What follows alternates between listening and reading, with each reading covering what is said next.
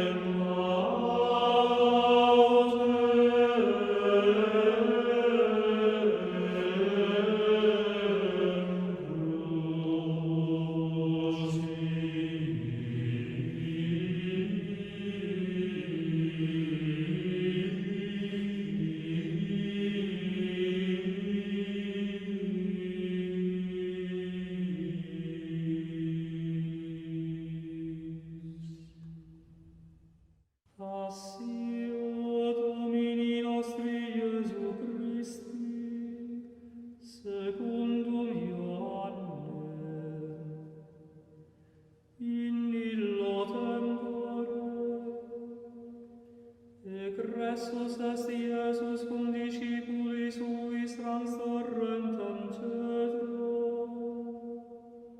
ubi erat ortus inquem introivit ipset discipuli eius.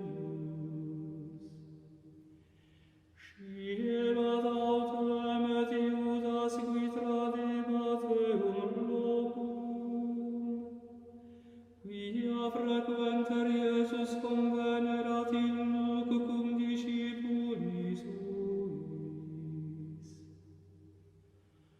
Iudas ergo cum acebis et cohortem,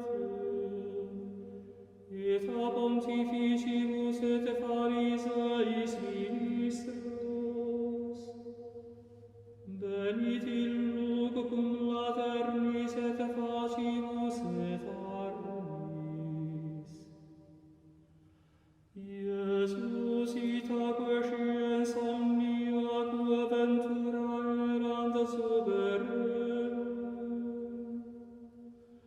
processit et dixit eis, quemque ridis, responderunt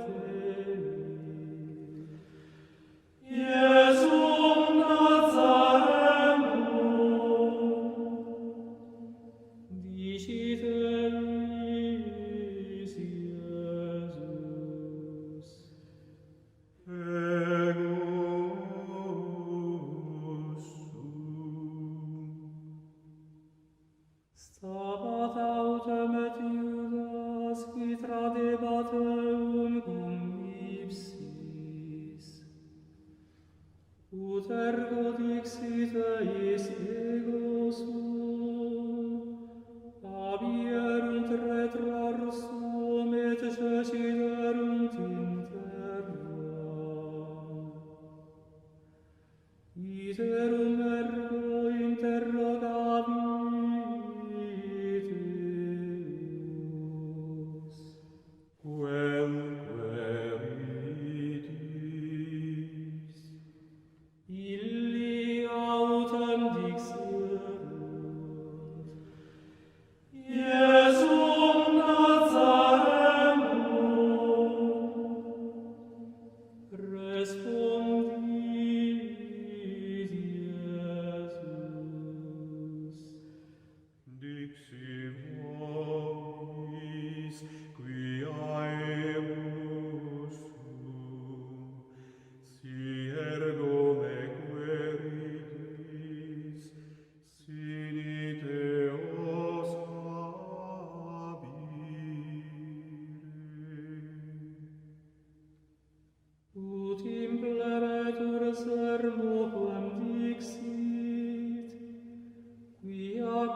sed istimici non perditi excellis quemquam. Simon ergo Petrus habens gladium eduxiterum, et percussit pontifici servum, et absidit auriculam meius dexteram. Erat autem omen servum alcus. Dixit ergo Iesus Petro. Mitte gladium tuum in vaginam, cadicem quende dilimici pater, non vivam illum. Cor servo et tribunus et ministri Iudeorum comprenderunt Iesum et ligaverunt eum, et addusserunt eum ad annam primum. Erat enim socer Caife, qui erat pontifex anni illius. Erat autem Caifas, qui consilium dederat Iudeis, quia expeditorum hominem mori propaculo. Sequebatur autem Iesum Simon Petrus, et alius discipulus. Discipulus autem illerat nodus pontifici, et introivit cum Iesu in atrium pontificis. Petrus autem stabat ad ostium foris. Exhibit ergo discipulus alius qui erat notus pontifici, et dixit ostiari et introduxit Petro. Dicit ergo Petro ancilla ostiaria. Num quidet tu ex discipulis es hominis istimus? Dicit ille. Non sum. Stavant autem servi et ministri ad prunas, quia frigus erat, et calefaciebant se. Erat autem cum meis et Petrus, stans et calefaciens se. Pontifex ergo interrogavit Iesum de discipulis suis, et de doctrina eius. Respondit eit Iesus. Ego palam locutus sum mundo, ego semper docui in synagoga et in templo, qua omnes Iudei conveniunt, et in occulto locutus sum nihil, quidem me interroga eos qui audierum quil locutus ipsis, ecce iscium quelix erim ego. Ec autem cum dixisset, unus Cursus assistens ministrorum dedita labam Iesu dicens. Sic respondes pontifici. Respondit ei Iesus.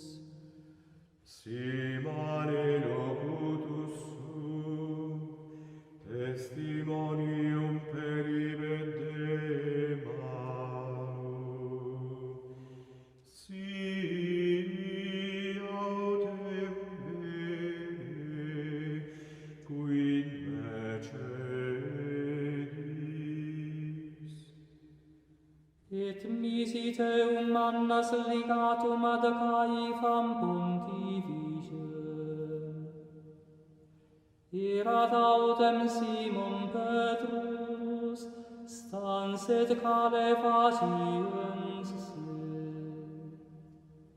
Dixerunt ergo ei.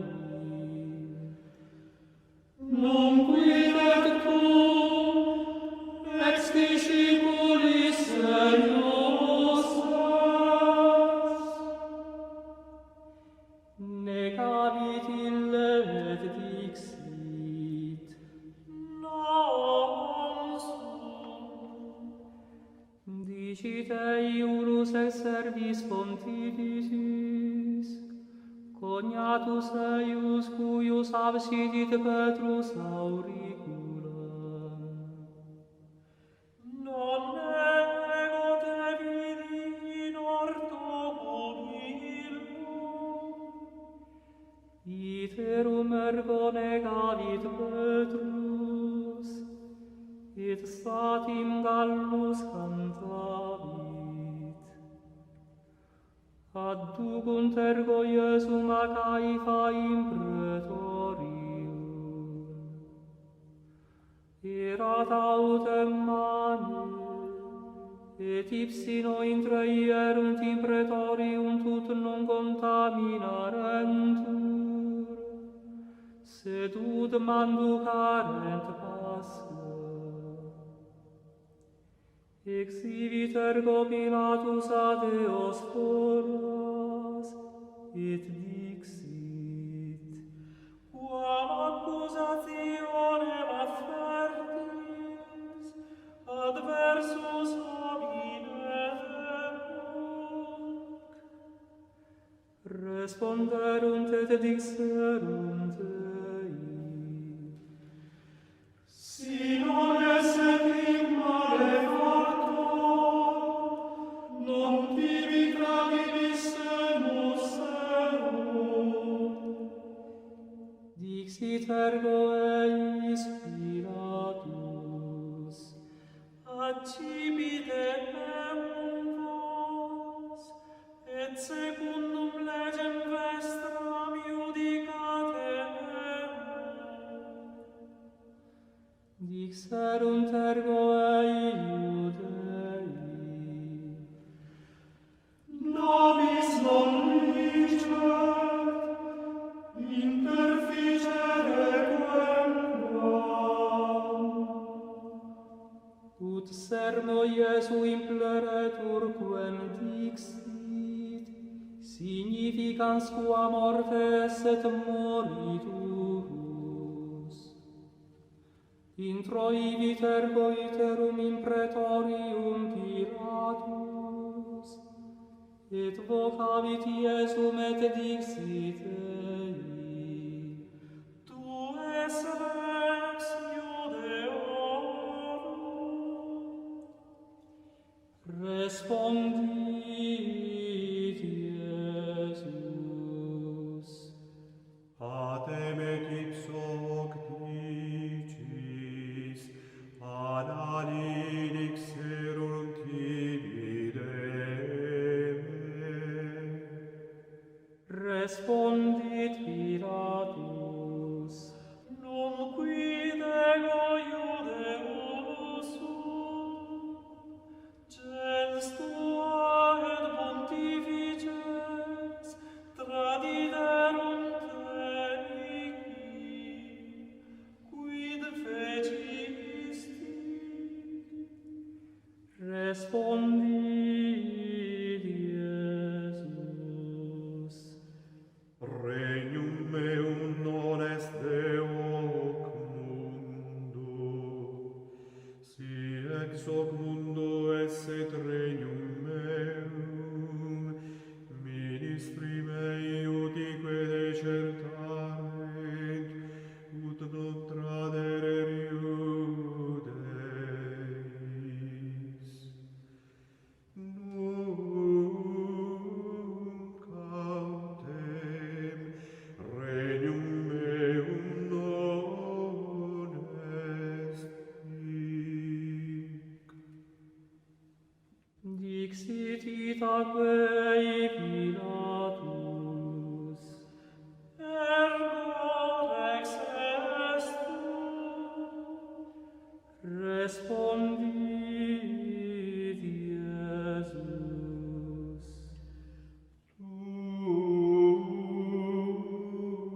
Tu dicis, quia rex sum ego. Ego in hoc natus sum, et ad hoc veni in mundum, ut testimonium per ibeam veritati.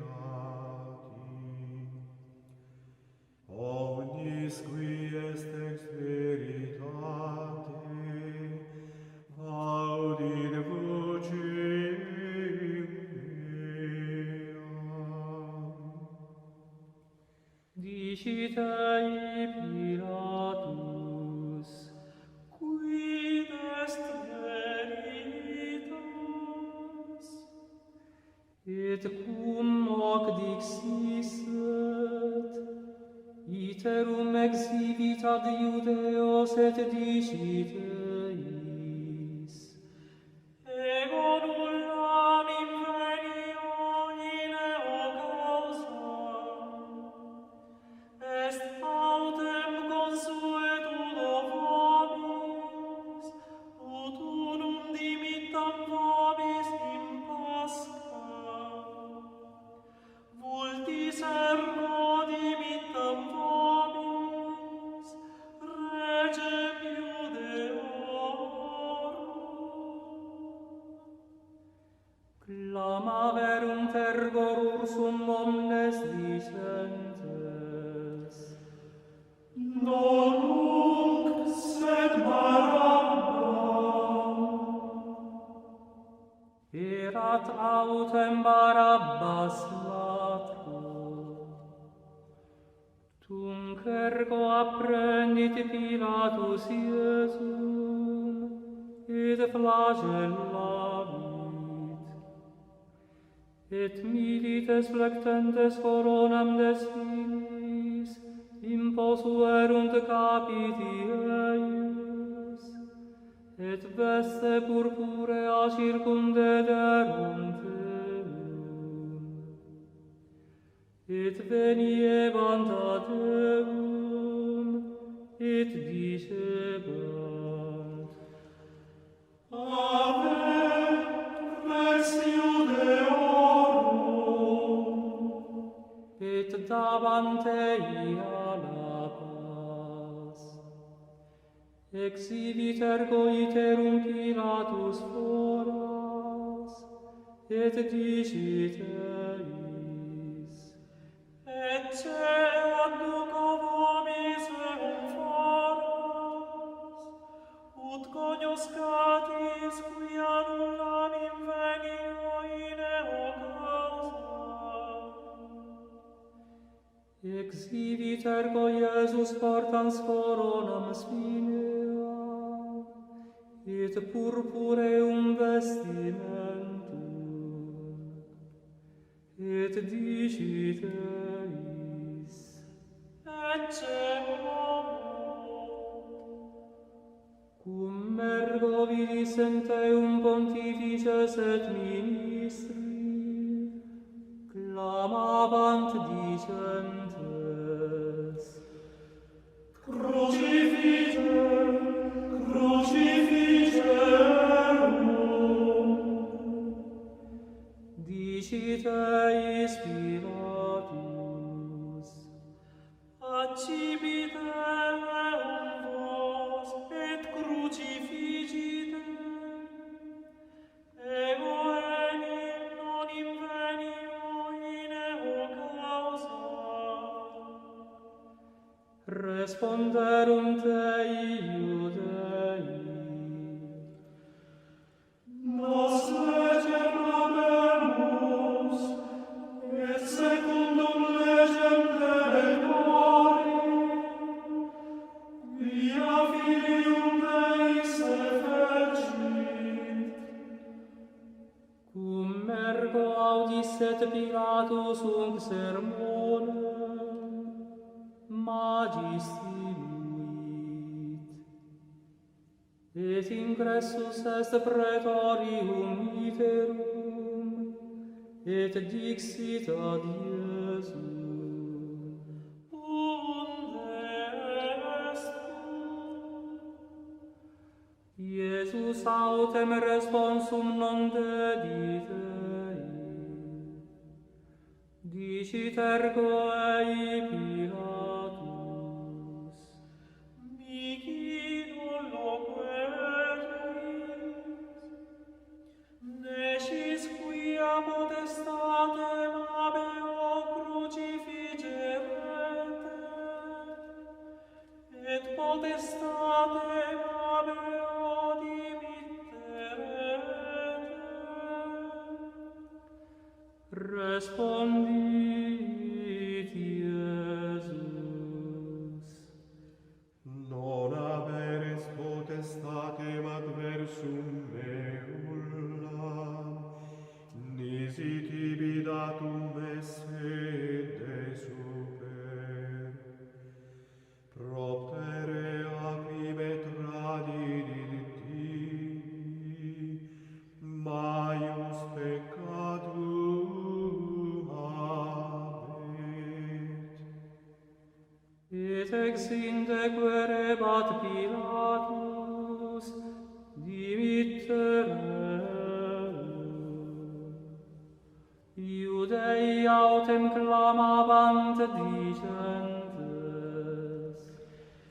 si unc dimittis, non es amicus Caesaris, omnis enim quis regem facit, contradicit Caesarim. Pilatus autem cum audisset os sermones, adduxit foras Iesum, et sedit pro tribunali in loco qui dicitur litos trotos, Hebraice autem Gabbata. Erat autem parasceve Paschae, ora quasi sexta, et dicit Iudeis, rex vester. Illi autem clamabant, tolle, tolle, crucifigerum. Dicit eis Pilatus, regem vestrum crucifica. Responderunt pontifices, non habemus regem, nisi Caesarem. Tunc ergo tradidit eis illum, ut crucifigeretur. Susceperunt autem Iesum, et eduxerunt, et vaiulans ibi crucem, exhibit in eum qui dicitur Calvarie locum, Hebraice autem Golgotha. ubi crucifixerunt eum, et cum meo alios tuos incet medium autem Iesum. Scripsit autem et titulum Pilatus, et posuit super crucem. Erat autem scriptum, Iesus Nazarenus Rex Iudeorum. Unc ergo titulum multi Iudeorum legerunt, quia prope civitatem erat locus, ubi crucifixus est Iesus. Et erat scriptum Hebraice, Grece et Latine. Dicebant ergo Pilato pontifices Iudeorum: Nobis scribere Rex Iudeorum, sed quia ipse dixit Resum Iudeorum. Respondit Pilatus: Quod scripsi, scripsi. Milites ergo cum crucifixis senterunt, acceperunt vestimenta eis, et fecerunt quatuor partes, unicuique militi partem, et tunicam.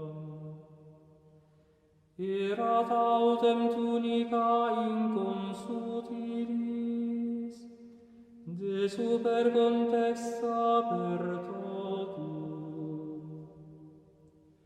Dixerunt ergo ad imbice: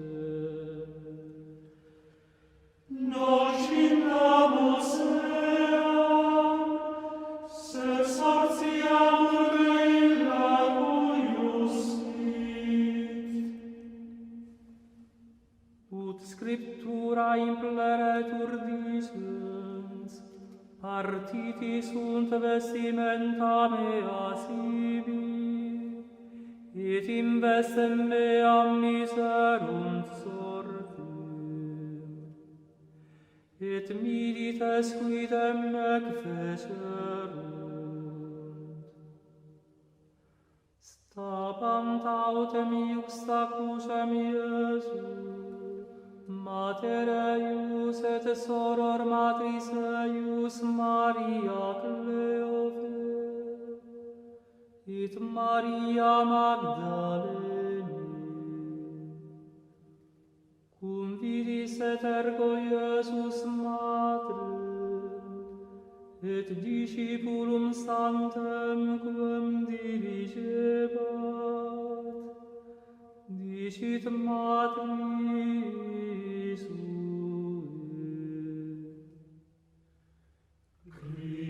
Christus Sanctus est pro nobis.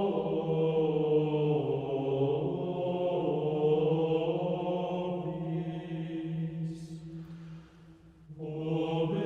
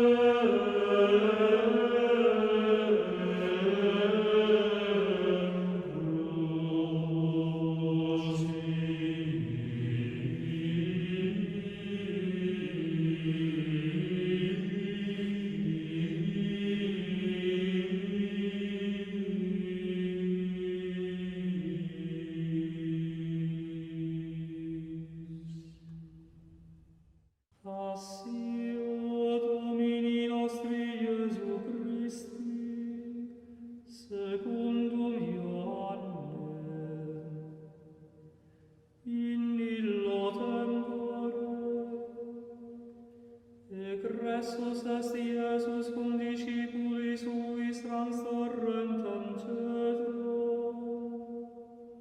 Ubi erat ortus in quem introivit ipset discipuli eius. Sciebet autem et Iudas qui tradebat eum locum, quia frequenter Iesus convenerat illuc cum discipulis suis. Iudas ergo cum accepis et cohortem,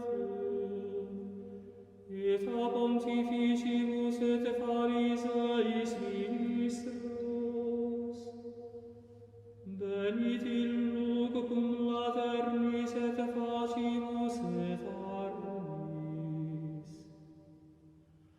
Iesus itaque sciens omnia quo ventura erant suberenum,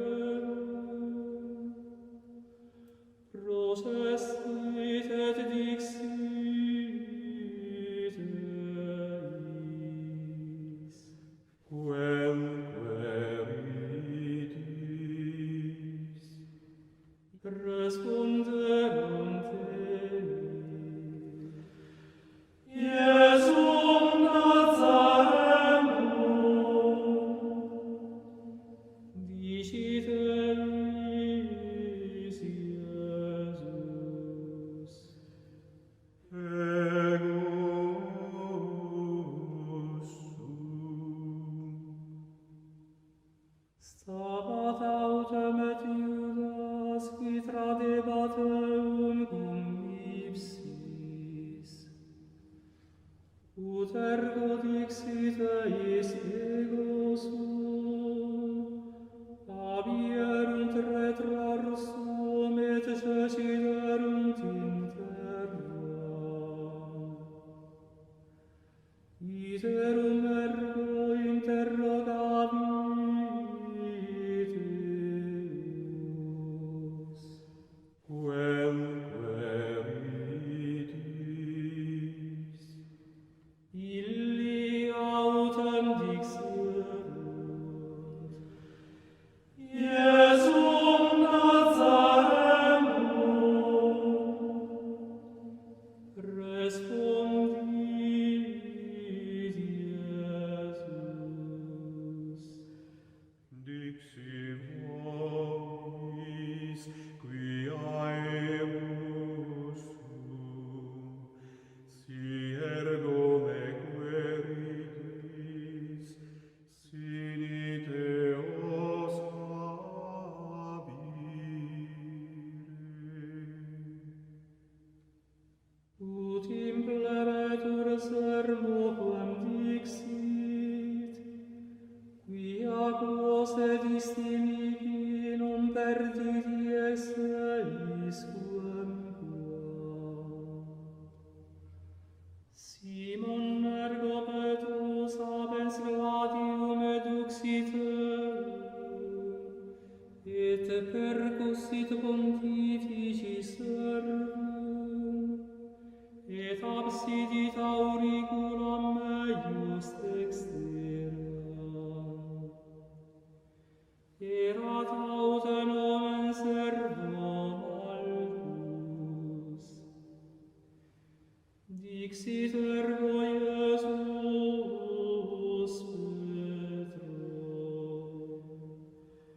Mitte gladium tuum in vaginam, cadicem quende dimici pater, non vivam illum. Cor servo et tribunus et ministri Iudeorum comprenderunt Iesum et ligaverunt eum, et addusserunt eum